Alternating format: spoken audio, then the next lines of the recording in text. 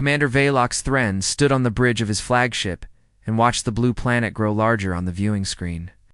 It was a small world, covered mostly in water, with patches of green and brown land scattered across its surface. Had found it 3 cycles ago and marked it as an easy target. The natives called it Earth. Status report, Thren said, his voice calm and bored. He had done this many times before. All systems ready, Commander, his tactical officer replied. The planet has primitive communication networks, basic space capability. No evidence of advanced weapons. Its estimated conquest time is less than 1 standard rotation. Thren allowed himself a small smile. The Velanthi Empire had conquered over 400 worlds. They had perfected the art of invasion. First, disable communications. Second, destroy military targets. Third, occupy industrial centers. Every species built the same way, with weapons factories in one place and civilian production in another. It made conquest simple. Supreme Analyst Kivith Moss stepped forward, her tablet glowing with data. Commander, I have completed my scan of the planet's industrial capacity, and there's something strange. Moss frowned at her screen. I cannot locate any dedicated weapons manufacturing facilities. Thren turned to face her. Explain. They have factories that build vehicles, plants that make medicine, facilities that produce textiles, food, electronics, and children's toys. But I find no factories that build weapons, no military production centers, no ammunition plants. She looked up, confusion clear on her face. Either they are hiding them extremely well, or they simply do not exist. The bridge crew exchanged glances. A planet without weapons factories? It seemed impossible. Perhaps they are truly primitive, Thren said. Species that has not yet learned to industrialize warfare. Perhaps, Moss agreed, though doubt colored her voice.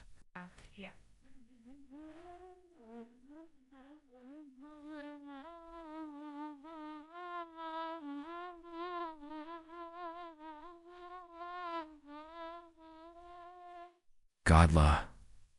They have nuclear power, global networks, advanced manufacturing. Such a civilization should have military industry. Thren waved his hand dismissively. It does not matter. If they have no weapons, this will be even easier than expected. Begin the invasion. The Velanthi fleet descended through Earth's atmosphere like a swarm of dark insects. They landed troops at 3 major industrial zones that Moss had identified as critical targets. One group went to a place called Detroit, in a region called America. Another went to somewhere called the Ruhr Valley in a land named Germany. The third went to Shenzhen in a nation called China. Thren monitored the operations from orbit, expecting the usual chaos of conquest. Screaming civilians, panicking governments, desperate and futile resistance. Instead, his communications filled with confused reports. Commander, the civilians are not fleeing. The factories are still operating. The humans are watching us. Just watching. In Detroit, a Velanthi captain named Jeth marched into an automotive factory with 50 soldiers at his back. Machines were running. Workers in protective gear stood at their stations, assembling vehicle parts with practiced ease. They barely glanced at the invaders. Jeth found the plant manager in a small office overlooking the factory floor. He was an elderly human with gray hair and calm eyes. He did not run or beg or fight, simply sat behind his desk and watched the Velanthi soldiers point weapons at him. You are now under the authority of the Velanthia Empire, Jeth announced. This facility is being seized. You will tell me where your weapons are stored. The old man leaned back in his chair. Weapons. Do not play games with me, human. Are your military weapons hidden? The plant manager laughed. It was a soft sound, without fear. Son, you are standing in a weapons factory. Jeth looked around. He saw assembly lines, building car doors, machines welding frames, robots painting body panels. This is a vehicle manufacturing plant. That is correct. Vehicles are not weapons. The old man smiled in a way that made Jeth suddenly uncomfortable, if you say so.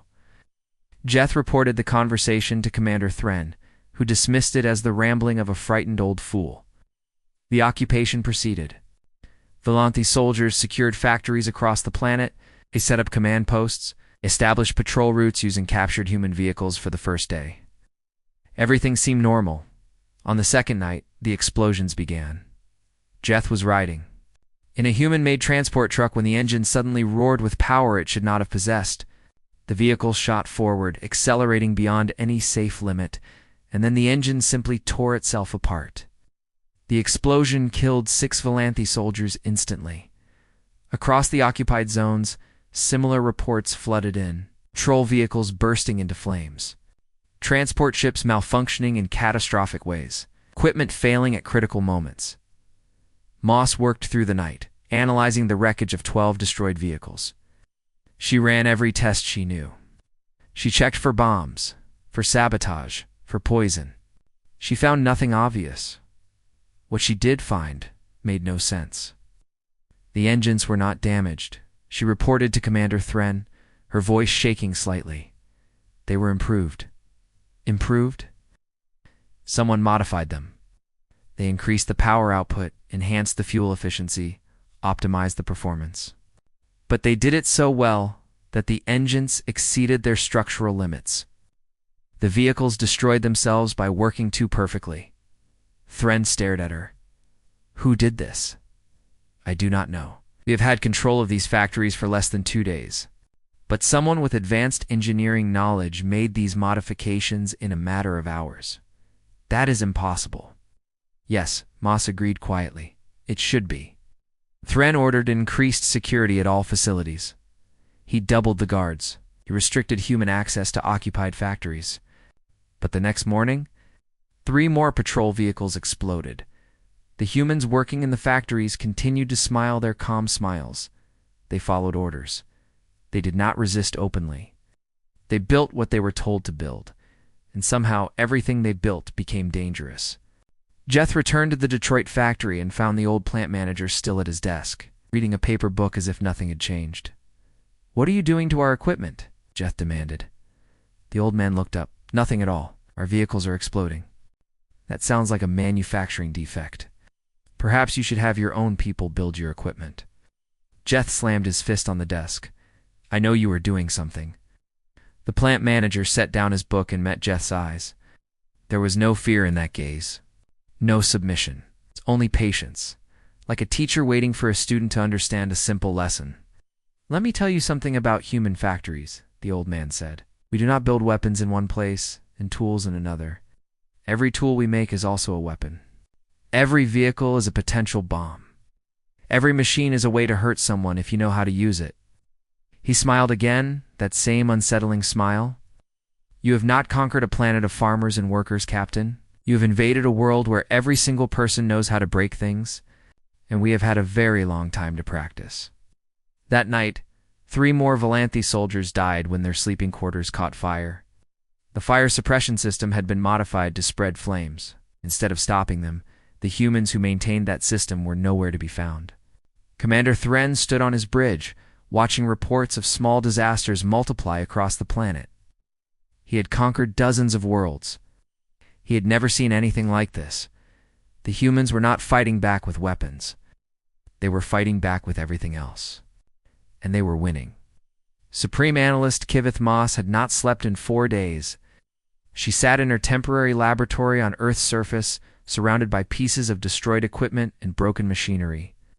Every analysis she ran gave her answers she did not want to believe. The vehicles had not been sabotaged. They had been made better. It's too much better. She picked up a piece of engine casing and turned it over in her hands. The modifications were elegant, almost beautiful. Someone had improved the fuel injection. System enhanced the cooling mechanism and boosted the power output by 40%. Any one of these changes would have been impressive. Together, they pushed the engine past its breaking point. This was not the work of primitive beings.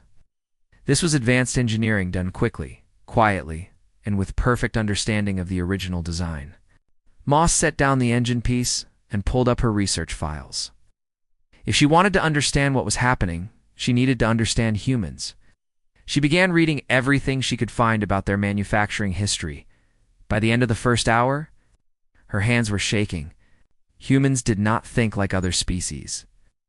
Every civilization the Valanthi had conquered organized their industries the same way. Civilian production in one sector, military production in another, clean lines, clear categories, obvious targets.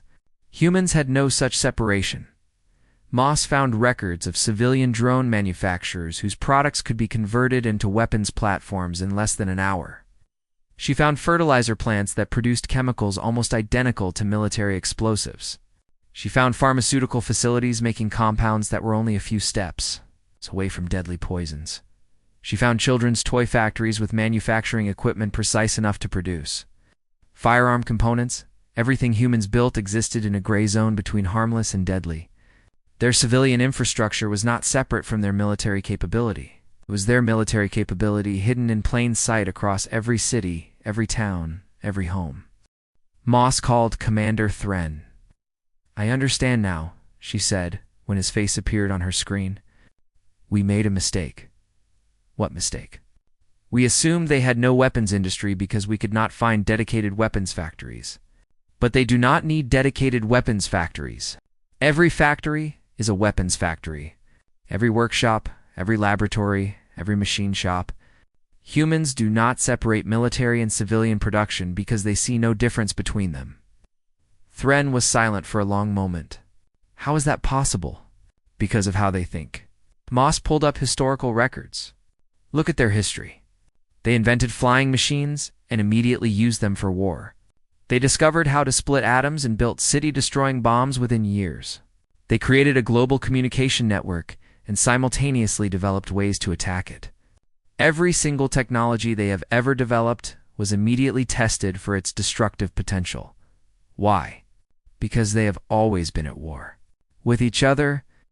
Moss showed him the records. Thousands of years of human history filled with constant conflict. Nations fighting nations. Tribes fighting tribes. Humans competing for resources, for territory, for ideology, for reasons that sometimes made no sense at all. They never had a single enemy, Moss explained. They were their own enemies. So they learned to see every tool as a potential weapon, because their enemies had the same tools. A vehicle is transportation, but it is also a way to ram into your opponents. A building is shelter, but it is also a fortress. A kitchen knife is for preparing food, but it is also a blade. Thren leaned back. "This is insane." "Yes, and it is also why we cannot disarm them. To remove their military capability, we would have to remove their entire civilization." On the ground. The evidence of this truth was everywhere. In a factory in South Korea, Valanthi technicians tried to understand human electronic devices. A teenage human girl offered to help them. She showed them a small communication device called a smartphone, explaining its functions with innocent enthusiasm. Then she casually mentioned that these devices could be converted into electromagnetic pulse weapons using parts from a common kitchen appliance. The instructions were freely available on something called the Internet. Millions of humans knew how to do this. The technicians immediately confiscated all smartphones they could find. Within hours, humans began building new ones from spare parts. In Brazil, Valanthi soldiers had been eating food produced by human facilities. The food was not poisoned, as testing confirmed. But after 3 weeks, soldiers began reporting symptoms: slower reflexes, difficulty concentrating, reduced energy. Medical officers could not find any cause. Moss discovered the truth buried in nutritional reports. Human food scientists had subtly altered the composition of Valanthi rations. They introduced compounds that were harmless to humans but interacted poorly with Valanthi biology. The changes were tiny, almost undetectable. But the cumulative effect was significant. The humans had not poisoned the food. They had made it less effective, slowly degrading Valanthi performance in ways that were almost impossible to prove. In response, Commander Thren ordered all Valanthi forces to eat only supplies brought from their ships. But supplies were limited.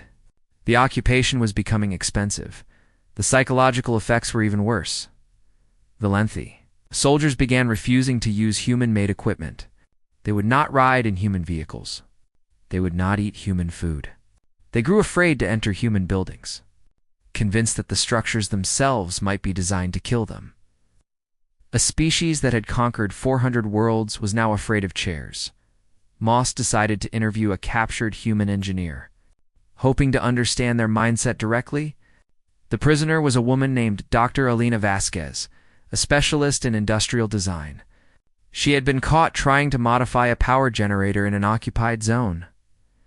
"Why do you build this way?" Moss asked her across the interrogation table. "Why is everything you create designed to be dangerous?" Alina considered the question carefully. "Because we have always had to be ready for the worst. Every tool we build, we first ask ourselves, how could our enemies use this against us? Then we build in countermeasures. But that means your own tools are dangerous to you as well." "Yes, we accept that risk, because the alternative is worse. If we only built safe things, we would be vulnerable to those who did not." Moss struggled to understand. "But you could cooperate. You could agree to build only peaceful technology." Lena laughed, though there was no humor in it. "Have you read our history? We have tried that. Again and again. Treaties, agreements, promises, they always fail. Someone always breaks the rules. So we learn to assume the rules will be broken. We learn to prepare for betrayal. It is a terrible way to live." "Yes," Elena agreed. "It is, but we are still alive. Many species that trusted their neighbors are not." A message came from one of the occupied zones. A Valanthi patrol had been disabled when their communication devices exploded. The devices had been manufactured on Earth, using human specifications. Somehow, a flaw had been built into the design, one that only activated when a specific signal was sent. No one knew who sent the signal. No one knew how the flaw had been introduced. The devices had passed every inspection. Commander Thren called an emergency meeting. "Now we cannot trust anything on this planet," he announced. "Every piece of equipment they build is potentially a trap. Every system they maintain could be turned against us. We are occupying a world where the infrastructure itself is hostile. What do we do?" asked Captain Jeth. Thren had no good answer. He could not run the occupation without using human resources. He could not trust human resources without risking more deaths. He was trapped between impossible choices. That night he received a communication from an unexpected source. It came from an old human who identified himself as Harold Chen, a retired machinist from a city called Cleveland. "You are not fighting an army," Harold's message said. "You are fighting everyone who has ever worked a factory floor. Fixed a car, built a shelf, cooked a meal. We do not separate war from life, Commander. War is life. We have been practicing for you since the first human picked up a rock and realized it was also a hammer and also a weapon." Thren stared at the message for a long time, then he began considering options he had hoped to avoid. 30 days into the occupation, Commander Velox Thren stood before a holographic map of Earth and tried to understand where he had lost control. The map showed Valanthi positions across the planet. On paper, they controlled major cities, key factories, and strategic territories. In reality, they controlled nothing. The humans had let them occupy buildings while keeping power over everything that mattered. Every system the occupation depended on was maintained by humans. Power grids, water supplies, transportation networks, communication systems. The Valanthi did not have enough personnel to run these systems themselves. So they relied on human workers who followed orders perfectly while somehow making everything subtly wrong. "We have reports of 73 equipment failures today," his tactical officer announced. 12 resulted in casualties. "What kind of failures?" "Various. An elevator dropped 4 floors. A water purification system reversed its function and contaminated our supplies. 3 vehicles lost, steering at high speeds. A heating system in a barracks building overloaded and started a fire." Thren pressed his hands against the map table. "And the humans responsible?" "Unknown. In each case, the systems were functioning within normal parameters before the failures. No sabotage was detected." That was the worst part. The humans were not breaking things. They were building things that broke themselves at exactly the wrong moment. Every piece of infrastructure was a trap waiting to trigger. and the Volanthi could not tell the safe ones from the deadly ones in the occupied zones. Resistance was spreading in ways that made no tactical sense. On other conquered worlds, resistance movements followed predictable patterns. They organized around leaders. They formed chains of command. They could be infiltrated, disrupted, destroyed. Human resistance had no structure at all. Factory workers modified equipment without being told. Teenagers shared sabotage techniques through their communication networks. Retired engineers came out of isolation to teach younger people how to build destructive devices from household materials. Everyone acted independently, following no orders. Receiving no coordination, the Volanthi captured resistance fighters and interrogated them. "Who are your leaders?" they asked. "What are your orders? Who gives you instructions?" The humans seemed confused by the questions. There were no leaders. There were no orders. There was just a shared understanding that everything could be a weapon. Everyone knew how to use them. A captured electrician explained it simply, "I know how to make things work. That means I know how to make them not work." Every person who builds something understands how to break it. We do not need leaders to tell us what to do. We see a problem, and we solve it. Right now, you are the problem. In Mexico, the automotive plant that Captain Jeth had occupied continued producing vehicles. The Volanthi inspected every unit that came off the line. They found nothing wrong. The vehicles passed every test. They shipped the vehicles to other occupation zones. Within weeks, the vehicles began failing. Fuel systems ignited. Brakes failed. Steering columns locked. GPS systems provided false information that led convoys into ambushes. Investigators discovered that the defects were designed to activate after a specific number of operating hours. The modifications were so small that they could not be detected during inspection. They only became deadly after extended use. The workers at the plant continued smiling and following orders. They built exactly what they were told to build. They just added invisible features that no one asked for. In South Korea, consumer electronics became weapons in ways the Volanthi could not prevent. The teenage girl who had shown them how to convert smartphones into EMP devices was arrested. But her knowledge had already spread to millions of others. Videos explaining the process appeared on every corner of the human internet. Taking them down was impossible because humans kept reposting them from new sources. Volantha. Technicians tried to disable the internet entirely. They discovered that humans had built the network to survive nuclear war. It had no central point of failure. Destroying one part only made traffic flow through other paths. The network was designed from the beginning to resist any attempt at control. In Brazil, the food situation worsened. Unable to trust local supplies, Volanthi forces depended on shipments from orbit. But orbital supply lines were expensive and limited. Soldiers began going hungry while surrounded by abundant food they could not eat. Some soldiers tried eating human food anyway, accepting the risk.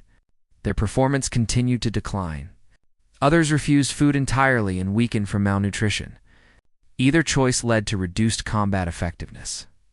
The humans did not need to attack directly. They were winning by making life impossible. Supreme Analyst Kivith Moss documented everything with growing horror. She recorded interviews with human workers, engineers, and ordinary citizens.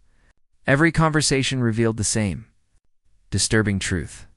Humans lived with weapons every day and did not think of them as weapons, a construction worker explained.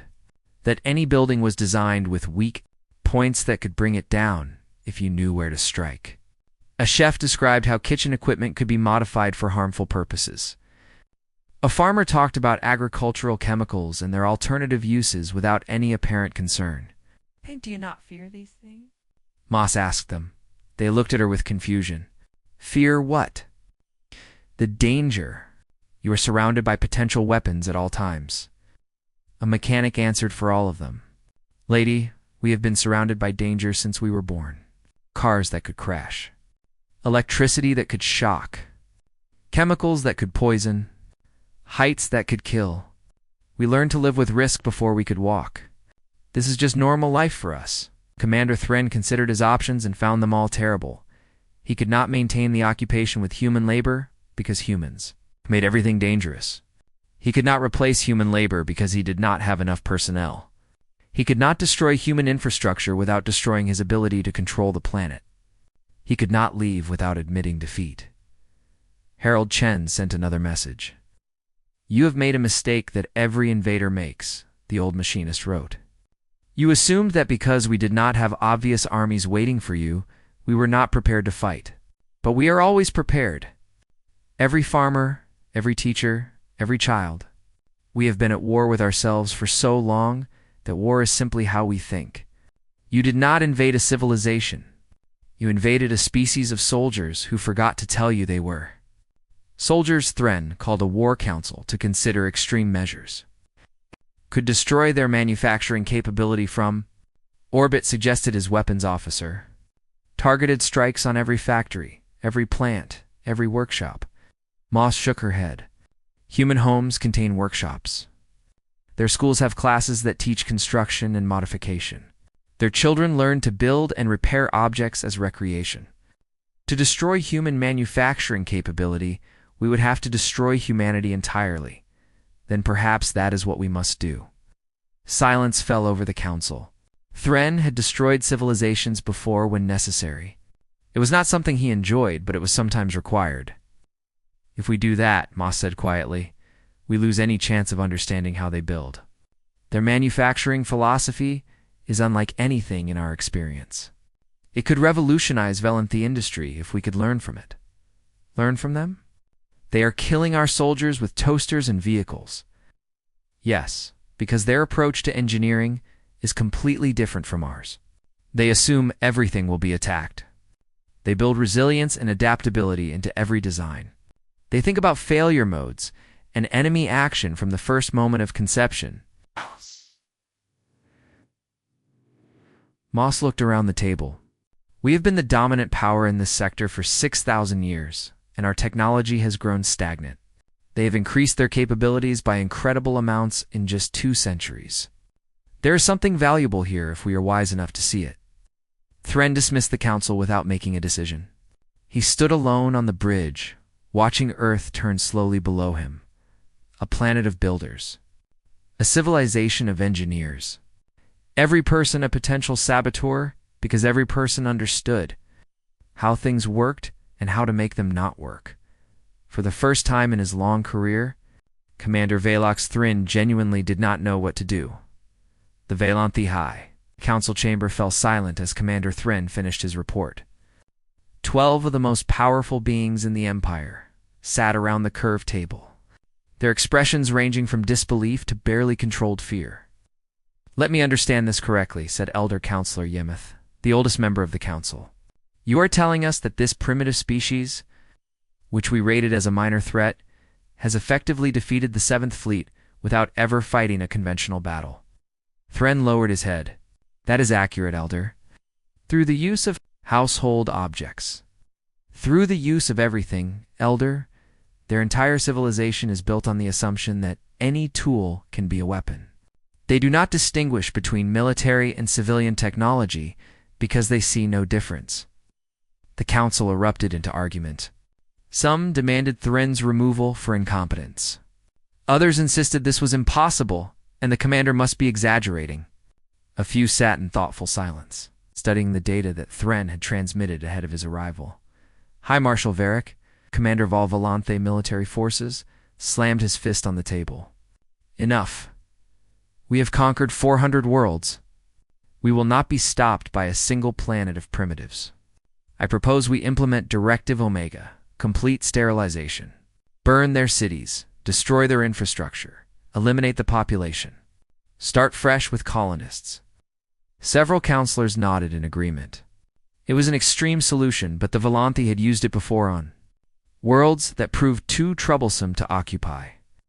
"That would be a mistake," said Elder Counselor.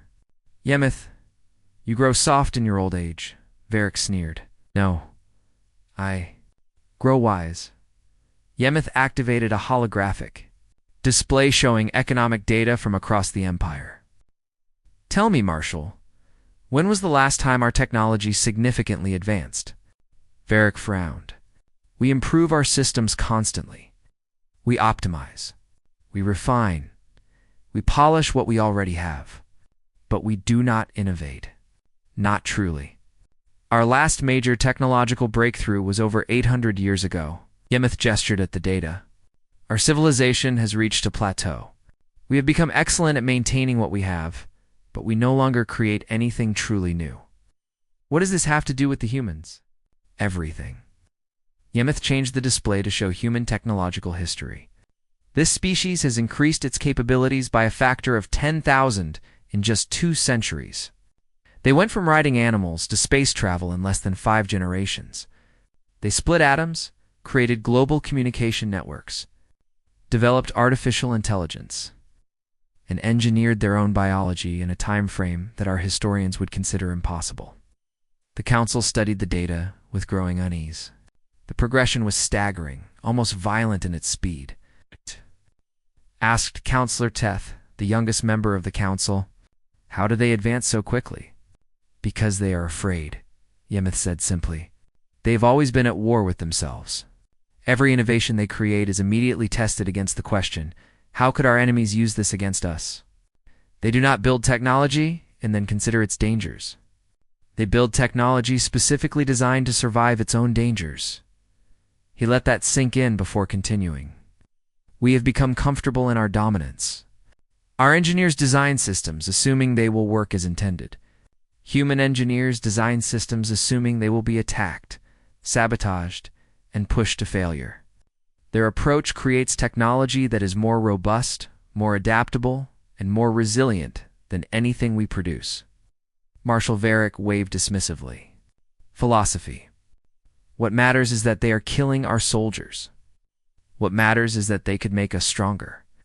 Yemeth turned to face the entire council. I propose a third option. We do not destroy them. We do not withdraw. We make them partners.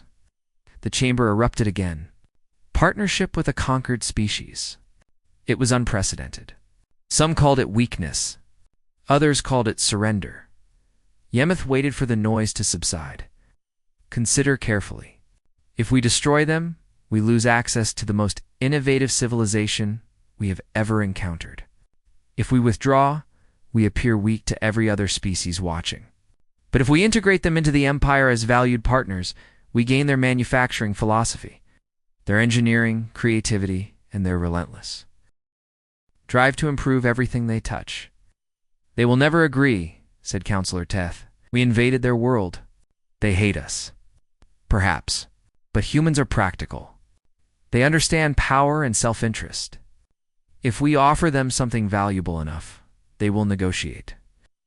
While the council debated, Supreme Analyst Kivith Moss sat in her laboratory on Earth, conducting a very different conversation, Dr. Alina. Vasquez had been moved from the interrogation center to more comfortable quarters. Over the past weeks, she and Moss had developed an unexpected relationship, neither friends nor enemies, but something in between. They were both scientists, curious about each other's way of thinking. Your council is deciding our fate, Alina said. Watching the stars through a small window? Yes. What options are they considering? Moss hesitated. She should not share strategic information with a prisoner. But Alina would learn soon enough anyway. Destruction, withdrawal, or something new. Something new? Partnership. Integration into the empire as allies rather than subjects. Alina turned from the window, surprise clear on her face. That is not how empires usually work. No, it is not. Moss studied the human woman carefully. Tell me honestly, if we offered partnership, would your people accept? That depends on what partnership means. It's full access to our technology. Assistance developing your space capabilities, resources, trade, protection from other powers that might threaten you. In exchange, we would want access to your manufacturing expertise. Your approach to engineering and design. Lena was quiet for a long moment. You want to learn how we think? She finally said, double quotes, yes, because you are afraid of us. Yes, Moss saw no point in denying it. You are the most dangerous species we have ever encountered. Not because of your weapons, but because of how you build. Everything you create is designed to survive attack, to be adapted for new purposes, to function even when systems fail. We have nothing like this in our civilization. That is because you have never needed it. You have been the dominant power. You have never had to fear that your own creations might be used against you. Alina smiled grimly. We have never had that luxury. Would you share this knowledge? If we offered peace instead of conquest? Alina looked back at the stars. Humans are many things, she said slowly. Violent, competitive, suspicious. We have spent our entire history fighting each other. But we are also practical. If you offer us something we want badly enough, we will negotiate. And there is something we want very badly. What? Security. We have always been afraid, analyst. Afraid of the dark, afraid of each other, afraid of the unknown. When we did not know aliens existed, we built tools to protect us from ourselves. Now that we know you exist, we have new things to fear. She turned to face Moss directly. Give us security, and you will have partners. Threaten us, and you will see exactly how creative humans can be when they are terrified. Moss transmitted this conversation to the council. It tipped the balance. 2 days later, Commander Velox Thren descended to Earth to deliver the Empire's offer. He landed at the Detroit factory where the occupation had first gone wrong. Waiting for him was not a government official or military leader, but Harold Chen, the retired machinist who had sent those unsettling messages. Harold stood in the factory, where he had worked for 40 years, surrounded by machines that were weapons pretending to be tools. He watched the Volanthi commander approach with calm, measuring eyes. Your species is insane, Thren said without preamble. You know. Harold extended his hand in a human gesture that Thren had learned was a greeting. It is our greatest survival trait. Thren took the hand carefully. He had seen what human hands could build. I am here to offer peace. Good. We are tired of breaking your equipment. It was getting boring. They talked for hours, two old warriors from very different worlds finding common ground in practical matters. What did humanity want? What could the Empire offer? What would integration look like? By the end, they had the framework of an agreement. Not friendship, not yet, but a beginning. As Thren prepared to leave, Harold stopped him with a final thought. You are making the right choice, Commander. Not because you are generous, but because you are wise. A wise enemy becomes a friend when they realize that friendship costs less than fighting. Thren considered this. And if we had chosen destruction? Harold's expression did not change.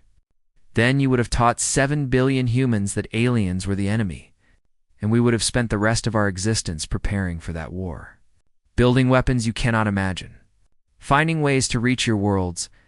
Teaching our children that the universe is hostile and must be made safe. He gestured at the factory around them. We built all this in 10,000 years of fighting each other. Imagine what we would build in 100 years of fighting you. Thren left Earth quickly after that. Some truths were too uncomfortable to face for long. 5 years passed. The galaxy changed in ways no one had predicted. Earth became something unprecedented in the history of the Volanthi Empire. Not a conquered territory or a vassal state, but a partner world. Human engineers worked alongside Volanthi scientists in joint research facilities. Human manufacturing techniques spread through imperial industry. Human paranoia became Volanthi policy.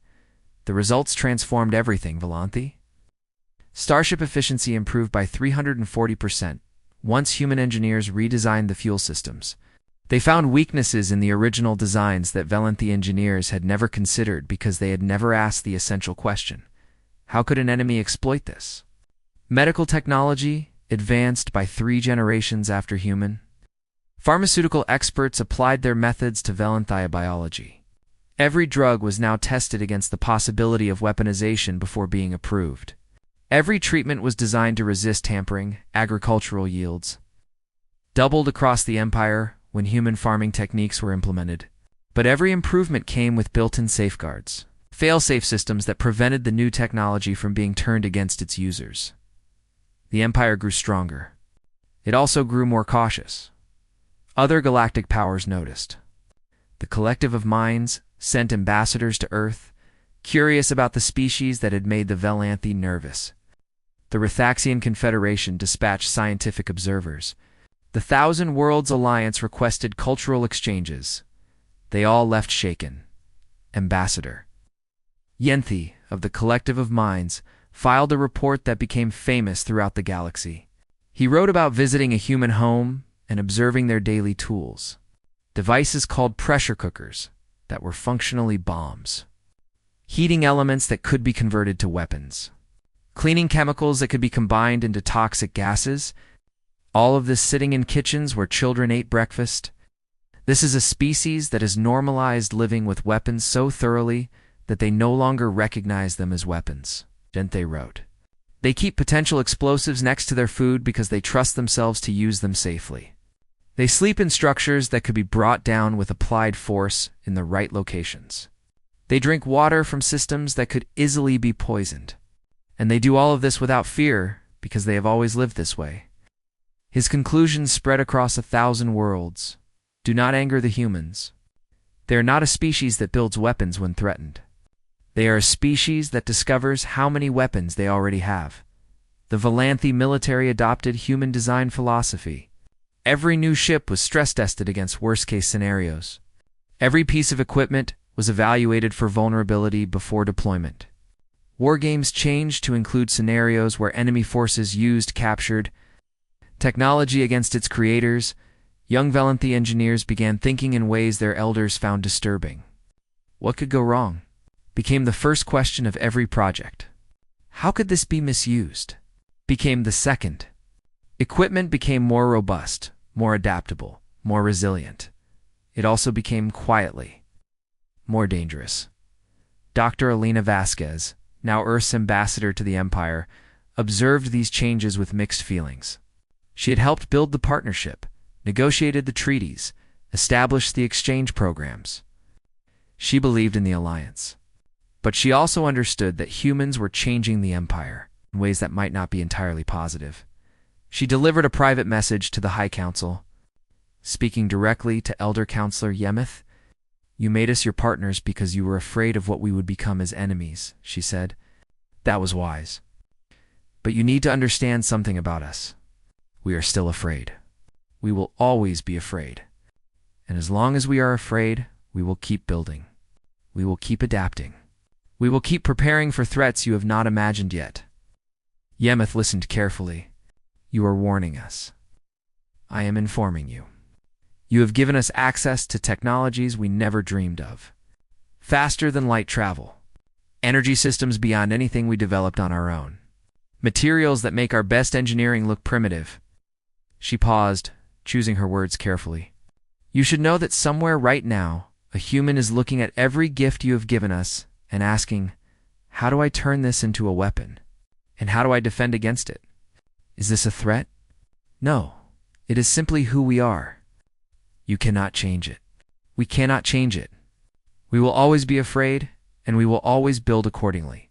The best you can do is remain our friends, so that when we prepare for danger, we prepare to defend you as well." Yemeth was silent for a long moment. "And if we ever became enemies again?" Elena smiled, and it was not a comforting expression. "Then you would discover what humans can build when they are truly motivated. Our partnership has given us 5 years of access to your technology. Do you really want to find out what we have done with that time?" The Elder Counselor did not ask any more questions. Supreme Analyst Kivith Moss, now Director of Human Velanthian Integration, returned to Earth regularly to monitor the partnership's progress. She had developed genuine affection for the species that had nearly destroyed her career. Their paranoia still unsettled her, but she had learned to appreciate it. On one visit, she toured the Detroit factory where everything had begun. The old plant manager had retired, but the facility continued operating as a joint research center. Human and Velanthi engineers worked side by side, building things that were officially classified as civilian infrastructure. A young human engineer named Marcus showed Moss their latest project, an educational toy designed to teach children basic engineering principles. It was colorful and friendly-looking, with simple instructions and adaptate components. "It is harmless," Marcus said with a perfectly straight face. Moss examined the toy. It contained precision servos, a basic artificial intelligence chip, wireless connectivity, and modular construction capability.